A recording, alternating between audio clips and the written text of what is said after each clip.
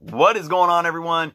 Chris Vichernos, Comics and Pop Culture, and I got another video answering your guys' questions. Yes, this is a juicy one today too, but before I get into it, please, if you aren't subscribed to the channel, take some time to do so. Check out all the awesome links below, official Journos Comics merch, how to become a patron for only $3.99, and of course, our comic book canon YouTube, link below, live shows every Friday night. But guys, big shout out to friend of the channel, McPuffin Muffin, for leaving some awesome questions on a video just a couple days ago.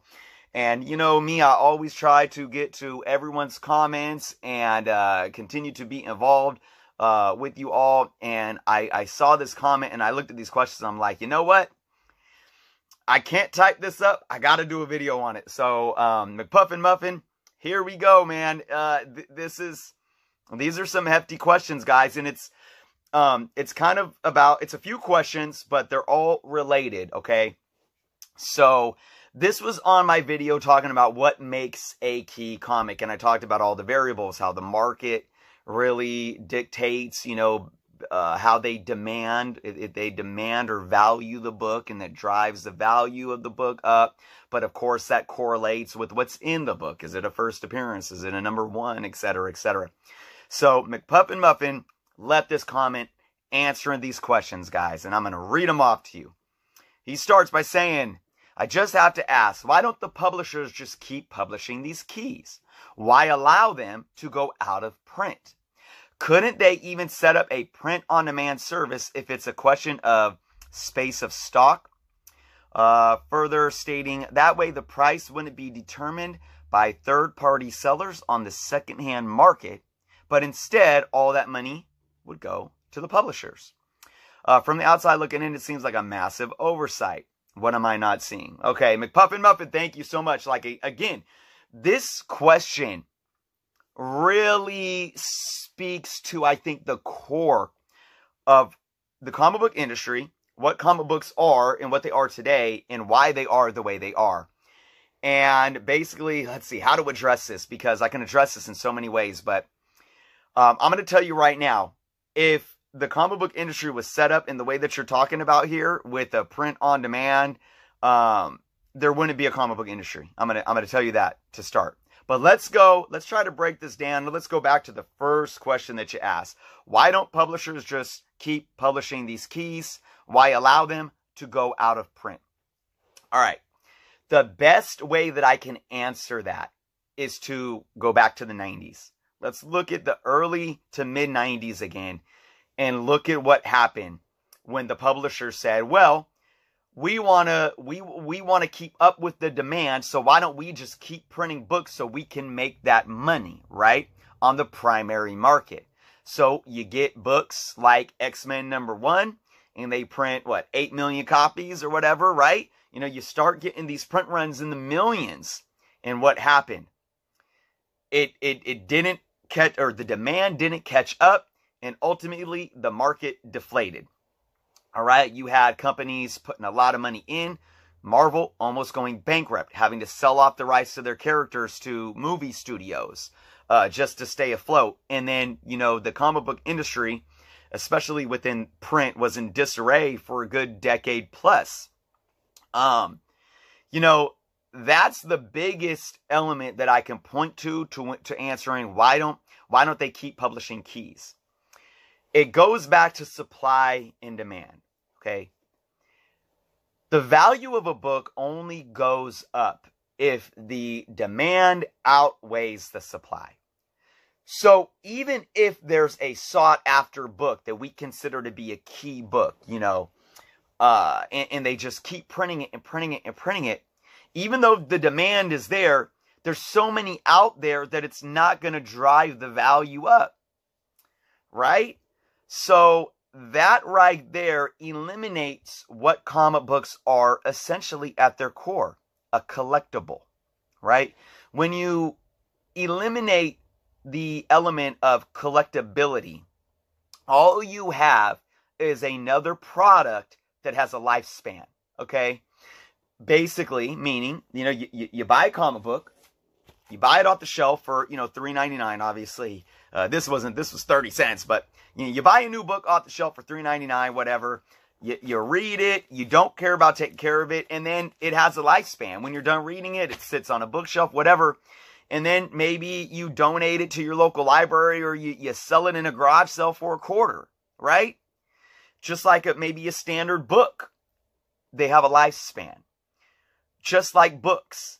A book, like a soft cover or hard cover, Harry Potter or Tom Clancy novel, whatever it is that you buy at Barnes & Noble. You go pay $10, $20, $30 for these books. Once you read it, some people like to collect books and keep them on the shelves, but once you're done with it, it serves its purpose, and then it becomes almost worth it. You sell it in a garage sale for $1 if it's a hardcover, for $0.25, 50 cents if it's a soft cover, or you donate it to a library. That's what comics would be if there was unlimited printing by the publishers, and if they continue to just print upon demand. And you think about electronics or other things or furniture that serve a purpose, and once they get worn down, they serve their lifespan, and there's no secondary market for them. There's no secondary market that's going to say, "Oh, I'm going to pay a premium value for that." No, it's used, it's dirty. You might sell a used couch maybe for $40 on Craigslist or something. Unless you got some vintage real furniture from like the 1920s that you kept, I don't want to get down that rabbit hole though, but hopefully I'm making my point here.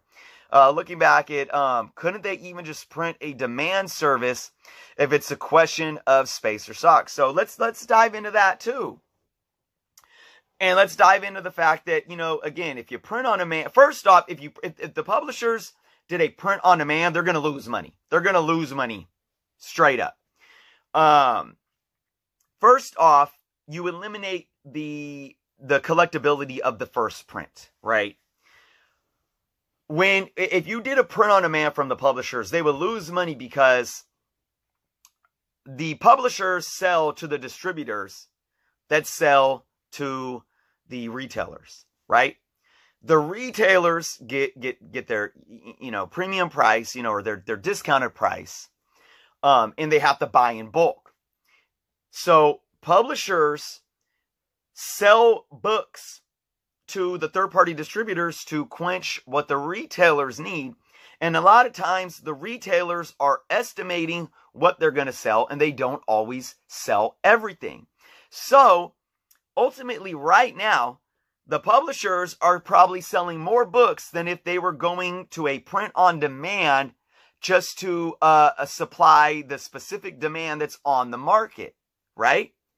Because you get a lot of books that end up in your back issue bins that don't sell. So you're really cutting out that third-party distribution that makes retailers buying in bulk. So they're buying excess to demand, really, for the most part. But if there is... If demand goes past, if there's no excess and that demand goes past the first print run, then there's always that second print run, and the publishers can go right back to the printing tables and create that second print run. And it's not at any extra cost to them, and they're going to get the same amount of money in revenue coming in selling the second print to the third-party distributors that are there to quench the demand of the retailers. But what that does is it opens up the secondary market to be a viable option for the hobby, and that allows these books to gain value and to keep collectors interested in the hobby, because guess what many of us collectors want? Collectability. Comic books without collectability are nothing. They're nothing. The collectability of the books is why in 2020 the market is as good as it is on the primary and the secondary market. And this is why I've talked about this in the past. The secondary market is a key player in helping the health of the primary market. Okay, because it keeps people interested. It keeps people going back to the primary market. People making money on the secondary market will keep people going back to spending that money on the primary market, and vice versa. People spend money on the primary market to then sell on the secondary market, to then get profits and more revenue in, to then purchase on the secondary market. I hope this is making sense. I know I'm doing a lot of, it's a lot of economics involved here, but you really got to understand it from a business and an economic standpoint. All right, so really, let's see. It says that way the price wouldn't be determined by the third-party sellers on the secondary market, but instead all that money would then go to the distributor. So I kind of just broke that down. I already broke that down. That's what I said about, the publishers they're not trying to play, they're not trying to play retailer for one, and they're definitely not trying to play eBay seller, right? They don't care about keeping inventory around to try to see if it would increase in value to bring in higher revenues on a market and then call it the primary market. Because, like I said earlier, if you print on demand, you take away the collectability of the comics, which in turn you take away the collectability. So therefore, there would never be a demand that would drive a fair market value above cover price. If the publishers were in complete control of publishing the books specifically to what the demand on the market is, there would be no value outside of cover price, and they would lose money because ultimately the primary market demand is less than what the retailers are buying from the publishers in the first place. So I hope that broke that down, McPuffin Muffin. The thing that makes something a key, why is it key to us? And I talked about this in this video. Well, we value something that's in the book, right? I value the fact that this book is the first appearance of the Lazarus Pit, right? So even though I value that, if there was unlimited amount out there, it wouldn't be worth the $20 that I bought it in the mid grade that I bought it in. Obviously, in a higher grade, it's in the hundreds of dollars. But so and it takes the collectability away. You're going to have a large percentage of collectors lose interest in the hobby, which in turn is going to affect the primary market because people aren't going to want to keep putting money into the primary market. So I could really break this subject down even more on a more micro scale of looking at, the inside and outs of business. But I hopefully, discussed it on at least a level that can simplify why things are the way they are. We have to understand that the publishers, they're in a specific business and they have a specific business model to run. Their business model isn't trying to maximize profit on, creating some kind of secondary market demand by eliminating a secondary market. I'm kind of repeating myself there, but they're going to make the bulk of their money by understanding that there inherently is a primary market and a secondary market, and they're two peas in a pod. They are two peas in a pod, and you really can't have one without the other. If you got rid of the secondary market, it ultimately, in my opinion, would get rid of floppy single issue books. You would still have a comic book market, but it would be basically trade paperbacks and graphic novels, and there would be no collectability value in them whatsoever, and that would hurt the publishers long term. Okay. So again, I hope that answered your question. Let me know what you guys think below. I could go, the thing with these things is I can go on and on about them, but I want to keep them concise and to the point. So let me know if that answered the question, McPuffin Muffin. To all you guys watching, let me know your thoughts. Let me know what you thought of the questions and how I answer them, and you know, if it's something that you feel is relevant to you, you know, because like, again, I'm sure most of us, we desire some type of collectability and value, even if we're not flippers, or even if we aren't going to sell our collection anytime soon. I'm not going to sell my collection probably ever, unless I absolutely need to. Maybe for my kids, I want to pass it down generation to generation. But I still care about the value and the collectability of my book. So, with that being said, guys, thank you so much for watching. Again, if you aren't subscribed to the channel, please take the time to do so. McPuffin Muffin, I appreciate you. Thank you so much for these awesome questions. Be well, guys, and until next time.